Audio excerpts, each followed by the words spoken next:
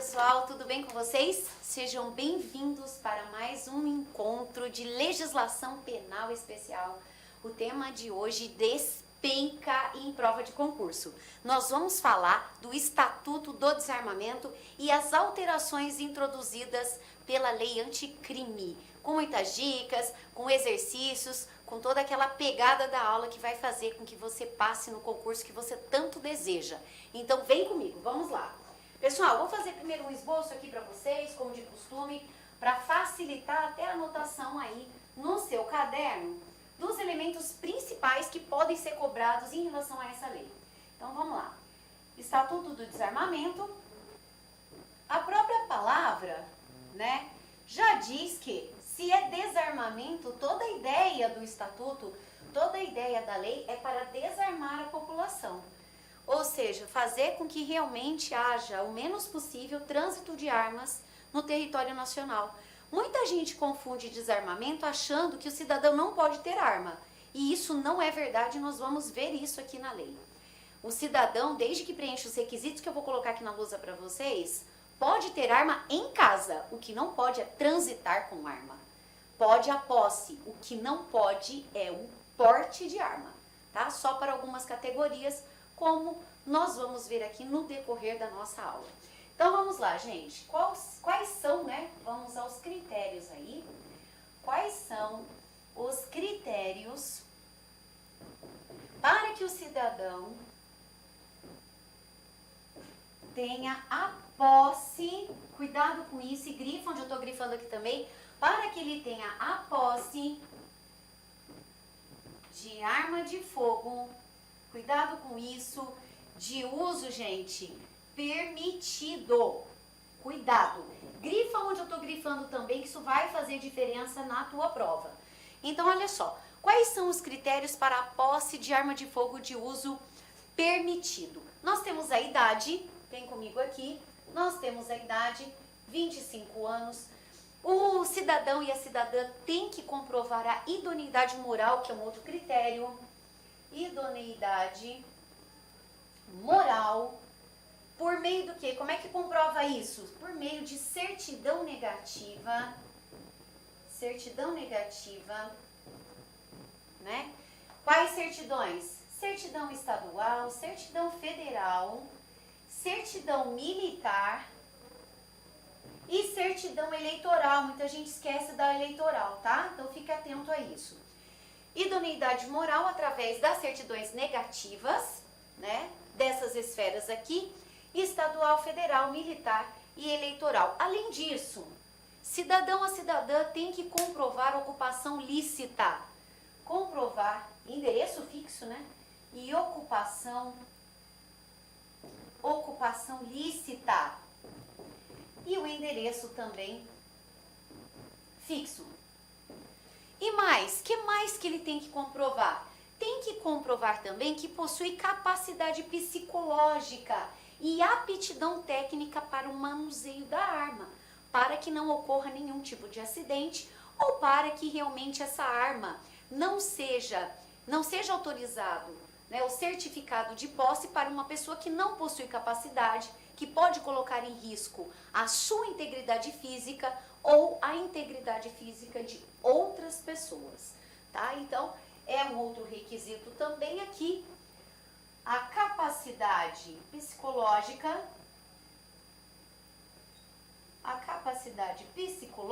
gente, e a aptidão técnica, né?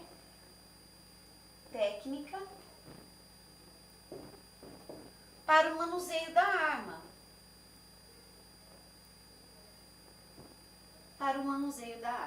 Pronto, olha só.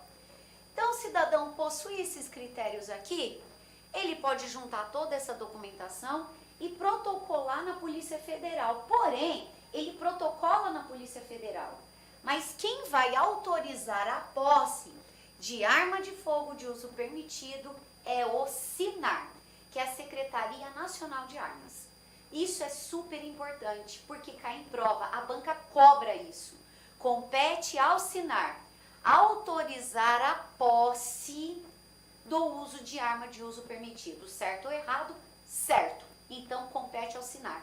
Sinar não autorizou, aí a Polícia Federal vai expedir esse certificado, tá bom? Então vamos lá, vamos anotar isso também, né? Vamos anotar aqui. Aproveitar o nosso quadro, depois eu faço um checklist no material que eu trouxe para vocês, mas vamos anotar porque é uma dica preciosa aí, para que a gente não erre na hora da prova, para não errar na hora da prova. Então vamos juntos, tá? Vamos lá. Quem autoriza, vou até dividir o quadro aqui para a gente aproveitar ele aqui melhor. Então vamos lá. Quem autoriza, né? Ou de quem a competência para autorizar a posse? Grifa de novo. A posse de arma de uso permitido. Então, quem é que autoriza? A resposta é o Sinar. Depois do Sinar, né? Quem é que vai expedir essa autorização, esse certificado? Polícia Federal.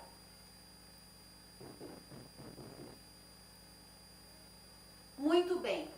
Qual que é a validade desse certificado? Validade do certificado. 10 anos hoje, pessoal, tem um decreto de 2019. 10 anos, muito bem. O sujeito possui essa autorização, né, concedida pelo Sinar. A Polícia Federal expediu esse certificado. O que ele pode fazer em relação a essa autorização, né? Ele pode manter a arma no interior da sua residência,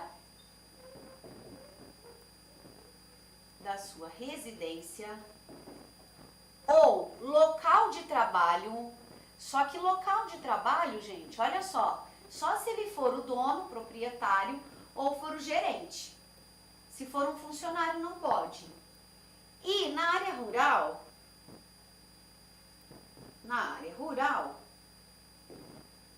em toda a extensão da propriedade. Em toda a extensão da propriedade. Muito bem. Então o sujeito foi lá, quis comprar arma, qualquer cidadão, qualquer cidadã, desde que preencha os requisitos, dá entrada nesse pedido lá na Polícia Federal. Consegue a autorização do Sinar, Polícia Federal expediu, o sujeito tem autorização, ele tem um certificado, o que ele vai fazer com essa arma? Ele pode fazer essas 3 coisas aqui. Se for para manter na sua residência, tem que ser no interior dela, guardada em um cofre, como exige o decreto de 2019. Se for no local de trabalho, ele tem que informar isso à Polícia Federal também. Ele pode manter a arma no local de trabalho, desde que ele seja o dono daquele estabelecimento ou a pessoa responsável, um gerente. E se for na área rural, não precisa só no interior, só utilizar a autorização não é só, né, para a posse no interior da sede da propriedade rural, mas em toda a sua extensão. Então, olha só, descumpriu essas determinações, ou seja, tem autorização para posse, mas saiu com a arma na rua, vai responder por porte ilegal de arma. Tem autorização para ter a posse no seu local de trabalho, saiu com a arma do seu local de trabalho, vai responder por porte ilegal de arma de fogo de uso permitido. Tá? E aqui a mesma coisa, saiu da extensão, quer dizer, das cercas ali, né, da área cercada da propriedade rural, também vai responder por porte ilegal de arma de fogo. Desviou a finalidade que foi autorizada e que foi concedida pela Polícia Federal, vai responder por crime previsto no Estatuto. Não pode emprestar a arma, não pode ceder, não pode doar, não pode vender. Para isso é preciso de uma autorização especial. Então, gente, eu já vou dar de cara uma dica para vocês. Quando nós pensarmos em Estatuto do Desarmamento, em relação a essa fiscalização e todas essas informações que são informações obrigatórias, vamos lembrar do veículo, dos veículos, não é verdade? Olha só.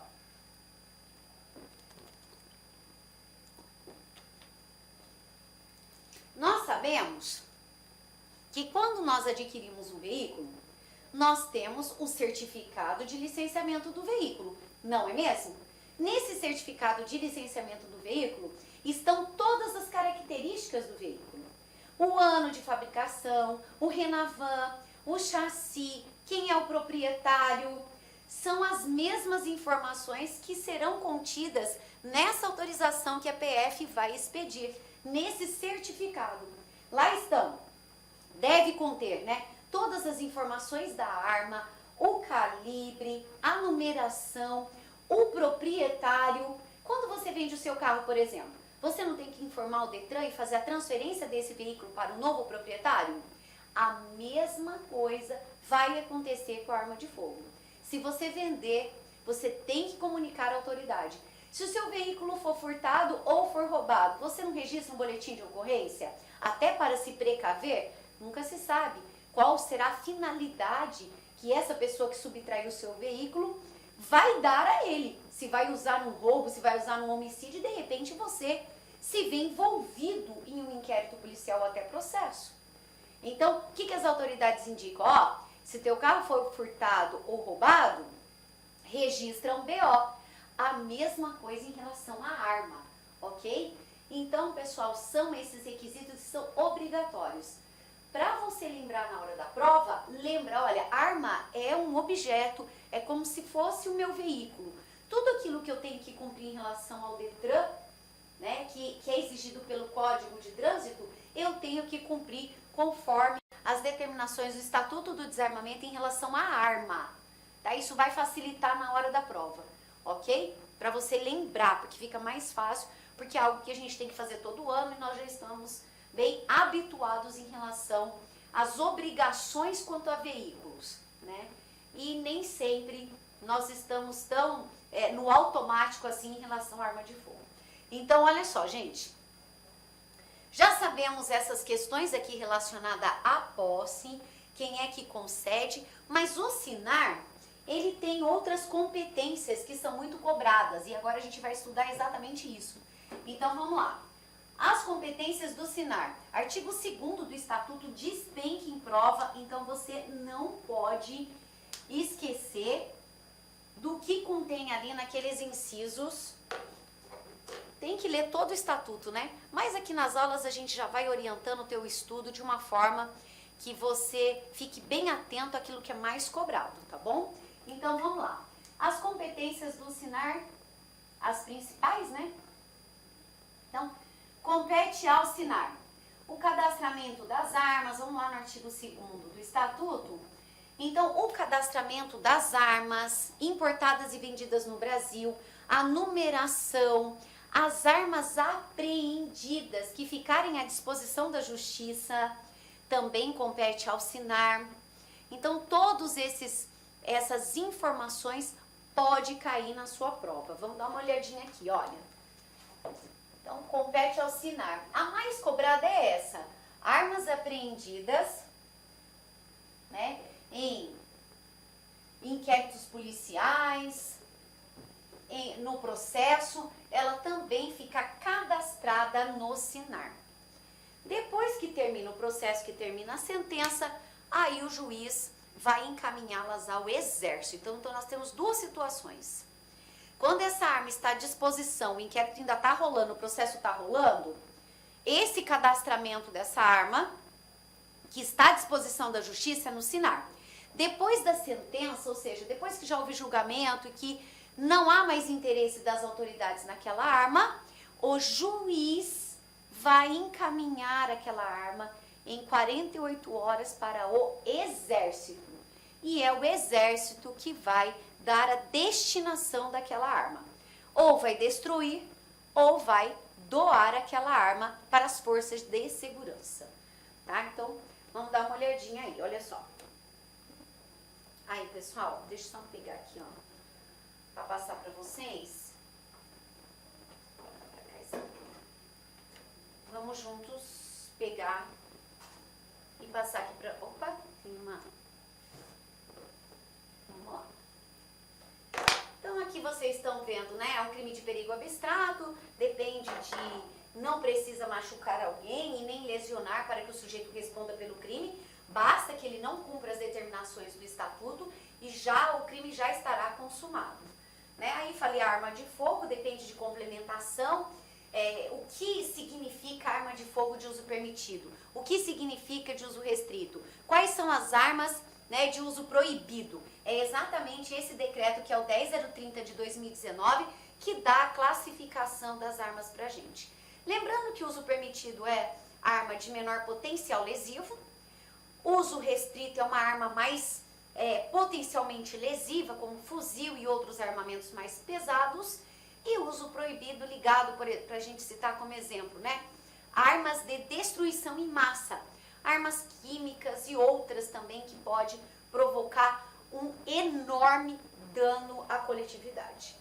Então vamos lá, esses são, lógico que conceitos gerais, tem que dar uma olhada no decreto para ver cada uma das armas classificadas ali, tá bom? Olha aqui, pessoal, a munição é aquele artefato pronto e completo para carregamento e acessório é aquele que vai potencializar a arma, como uma mira laser, como um silenciador, né? Então, o estatuto ele cuida não só da arma em si, mas possuir munição, possuir acessório sem autorização também caracteriza crime previsto no estatuto, tá? E aí, pessoal, olha só o artigo 2º, que é o que eu tinha mencionado, que eu escrevi na lousa para vocês. Ele despenca essas competências aqui do SINAR. Então, olha só, identificar a característica da arma, cadastrar as armas produzidas e importadas no país, compete ao SINAR. As autorizações de porte de arma de fogo expedidas pela Polícia Federal, que é a de uso permitido, porque a de uso restrito é o Exército, né? Nós temos aqui cadastrar a transferência de propriedade, que foi o que eu mencionei, extraviou, roubou, transferiu, vendeu, tem que fazer essa alteração no cadastro lá no SINAR. Senão pode responder, inclusive, por crime. Identificar as modificações, a arma foi alterada, né? Tem que informar também ao SINAR. Integrar no cadastro os acervos policiais existentes, né? Os inquéritos. Cadastrar as apreensões. Eu diria que essa aqui tem sido a mais cobrada, ó. Cadastrar as apreensões de arma de fogo, inclusive as vinculadas a procedimento policial e judicial. Então, na fase de inquérito e processo, esse cadastro é do SINAR. Depois que vem a sentença, o juiz vai encaminhar aquela arma ao Exército. E o Exército é que vai dar a destinação para destruição ou doação às forças de segurança, tá bom? Cadastrar os armeiros em atividade no país, né? Os produtores, os atacadistas, porque é o seguinte, quem produz, quem vende arma de fogo, quem comercializa arma de fogo, também tem que ter autorização do SINAR e depois da Polícia Federal. Tá? Então precisa de autorização também para produzir, para vender, para importar, precisa da autorização do SINAR. Informar a Secretaria de Segurança dos registros e autorizações de porte, ou seja, são informações integradas aí entre o SINAR e as Secretarias de Segurança. Tudo isso para quê? Resumindo, que é o que te interessa na prova. Tudo isso para que todas as armas nas quais foi autorizado, né, foram autorizadas a emissão de certificados de posse ou de porte sejam fiscalizadas, que haja uma espécie de rastreamento dessas armas no país. Sabe quem que é o dono, aonde que ele mora, qual que foi a finalidade da posse, qual foi a finalidade do porte, e aí essa arma possa ser rastreada e utilizada para a finalidade a qual foi autorizada, né? Então essa que é a ideia, tá bom, pessoal? E aqui por último é que ele fala da parte do Exército, né, que eu já mencionei. As disposições desse artigo não alcançam as armas das Forças Armadas, por quê? Ali é um outro sistema, que é o sigma que a gente vai ver daqui a pouquinho, que é o sistema de gerenciamento de arma do Exército. Aqui cabe a fiscalização e autorizações relativas à arma de fogo de uso restrito. Então, gente, eu acho que convém aqui a gente fazer um quadro, olha só. Sinar, posse, vou trocar a caneta aqui, vamos lá. Aqui a autorização, né? Autorização, posse, arma de fogo, uso permitido. Depois disso, é a emissão do certificado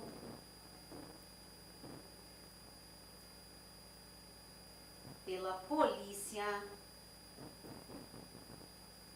Federal. E aí, gente, nós temos o sigma, que é o Sistema de Gerenciamento de Arma do Exército. Aqui, a autorização para arma de fogo de uso restrito.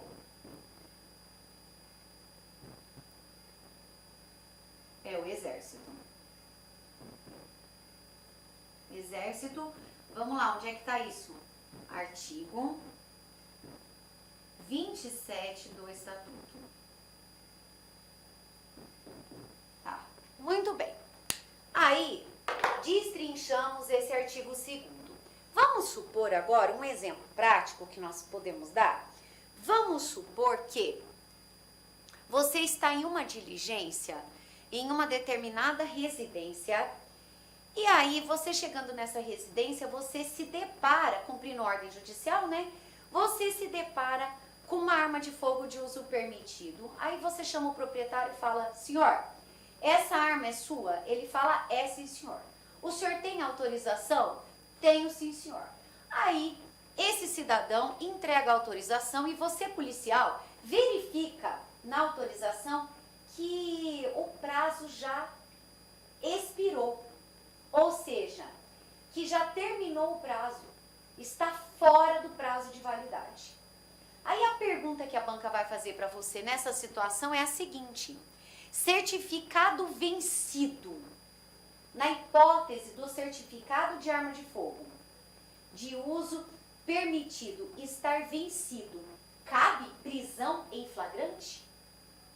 A resposta é: não cabe, tá bom? Não cabe, é apenas uma infração administrativa. Por que isso? Porque o STF e o STJ assim decidiram de uns anos para cá.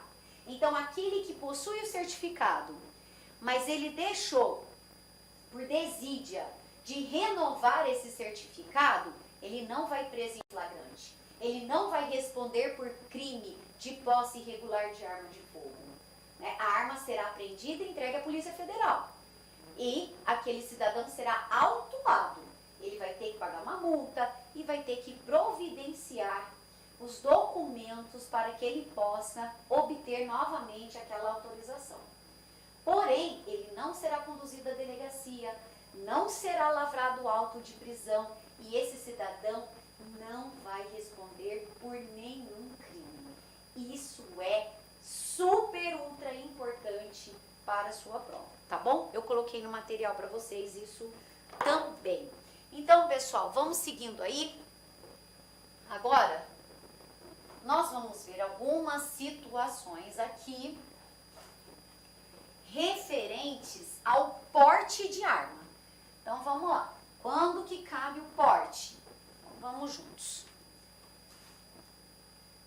Seguindo aí, vamos lá.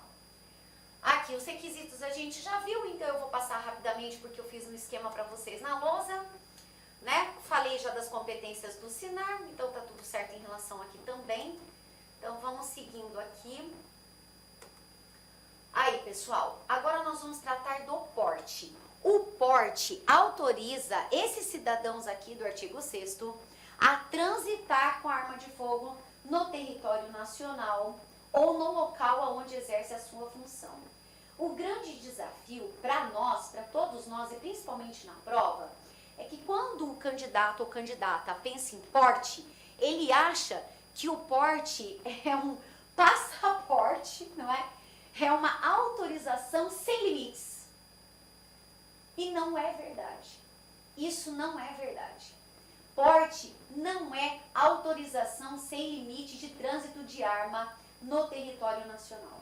Existem limitações impostas pelo Estatuto. E são exatamente essas limitações que a banca cobra na tua prova. Então, nesse momento, quando a gente vai estudar o porte, eu falo muito diretamente para você o seguinte: esquece tudo aquilo que você vê na prática, que o teu vizinho te falou, que o teu amigo te contou, que o fulano de tal, que é amigo do amigo faz em relação ao porte que ele tem. Esquece isso, porque o que a banca quer saber é o que prevê a lei e os entendimentos jurisprudenciais sobre a matéria. Então, na hora do concurso, é nisso que você deve focar. Na prática, depois, é uma outra situação, é uma outra etapa da tua vida depois que você toma posse no teu concurso. Então, foca, direciona teu estudo para isso que você vai se dar bem, eu garanto. Na minha matéria, eu garanto, né? Mas todos nós aqui do grupo, lá concurso, a gente faz exatamente isso, é um coach, né? Um professor coach que direciona o teu estudo e já vai livrando você das armadilhas aí que as bancas preparam nas provas. Então vamos lá, gente. Primeira questão, então, é eu saber que existe limitação. A questão é, dessas pessoas aqui do artigo 6º, que é um outro artigo que a gente precisa reservar, anotar que ele despenca, a gente precisa saber a extensão do porte. É o que nós vamos estudar agora. Então, olha só. Integrantes das Forças Armadas têm o porte de arma, porque todo mundo que está no artigo 6º tem porte de arma. A questão é, em todo o território nacional? Em todo o território nacional. E mesmo fora de serviço. Então, integrantes das Forças Armadas têm porte em todo o território nacional e fora de serviço. Integrantes de órgãos referidos no 144, as polícias militar, civil, federal, rodoviária, ferroviária, todas também têm porte de arma em todo o território nacional e fora de serviço. Idem. Aí nós temos integrantes das guardas municipais. Aqui nós já começamos a enfrentar uma questão que foi objeto de julgamento do STF, gente. Então nós temos que tomar muito cuidado com essa questão aqui. Guardas municipais, e principalmente aqui, eu vou até fazer uma anotação.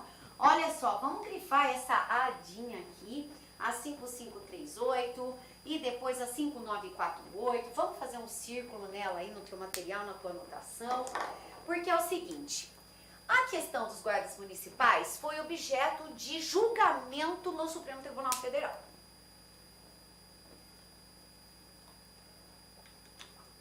Por que isso, pessoal?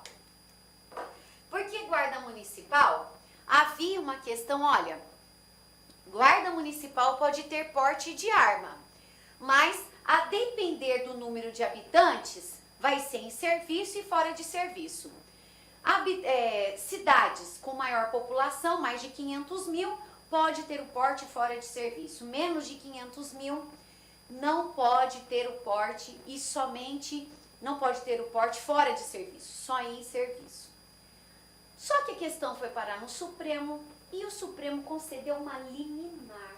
Então, como é que ficou a situação das guardas municipais?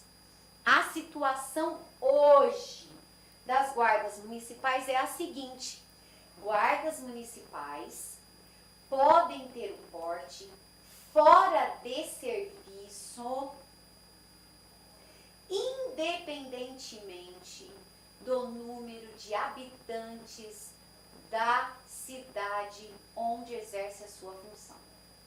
Então, não importa mais. Por quê? As guardas municipais se transformaram em alguns municípios como a única alternativa, muitas vezes, no combate ao crime, quando falta policiais, né? Principalmente com esses roubos que a gente tem visto, extremamente articulados, com armamento pesado. Em algumas cidades, muitas vezes o delegado responde por mais de uma cidade, então você não tem um delegado ali, falta policiais. Então as guardas municipais têm dado esse apoio. Por dar esse apoio, há necessidade, pelo menos esse foi o entendimento do Supremo, de conceder às guardas municipais o porte de arma fora de serviço, independentemente do número de habitantes. Certo, pessoal? Isso é muito, muito importante. Mas tem um detalhe. Vamos supor que uma determinada guarda municipal exerce a sua função numa cidade do Mato Grosso chamada Várzea Grande. E aí ela exerce a sua função em Várzea Grande. E aí ela vem para Cuiabá com uma arma, né? Para ir num banco ou para passear na casa de um parente. E ela vem com a arma para Cuiabá. Esta guarda municipal está cometendo algum crime? Está. Porte ilegal de arma de fogo. Ué, professora, mas por quê? Porque é o seguinte, para a guarda municipal, o Supremo autorizou o porte fora de serviço, mas existe uma limitação, existe uma restrição. E essa restrição para guardas municipais é que eles só podem portar arma na cidade onde exercem a sua... Olá, meus amigos! Inicialmente eu peço licença a vocês, pois essa aula é uma aula demonstrativa aqui do nosso querido site LAC Concursos, que nós fizemos um curso focado específico da Guarda Civil Municipal de Sorocaba. Curso este completo, ponto a ponto do edital, super atualizado. Tenho certeza que aqui tem todo o conteúdo necessário e suficiente para que você faça uma excelente prova nesse concurso. Professor, o investimento, cara, super promoção, apenas R$ 119,90, você vai ter acesso a todo esse conteúdo, o restante dessa videoaula, você vai ter o PDF, cara, você vai ter muito mais. Cara, e outra coisa, no site, eu peço que você estude via menu Personal Coach. O que é isso? É a nossa metodologia vitoriosa. Tá? Ali, nosso setor pedagógico pegou todo o conteúdo, transformou em metas diárias de estudos. Cada meta que você cumpre é uma meta importante rumo à sua aprovação. Tudo bem? Professor, qual que é a minha meta? É sempre antecipar a meta. Vamos supor que hoje é dia 15 de julho. Cara, você tem que já fazer de hoje e de amanhã, dia 16. Eu vou terminar mais cedo, você refaz, você faz revisão. Você não quer passar? Então vem comigo aqui na LAC Concursos. Tem um link aqui embaixo para você diretamente lá fazer a sua matrícula. Pode vir, não é fake news, cara, não tem golpe. Nossa seriedade aqui é muito grande. Nós queremos que você conheça o nosso serviço. Valeu, tchau!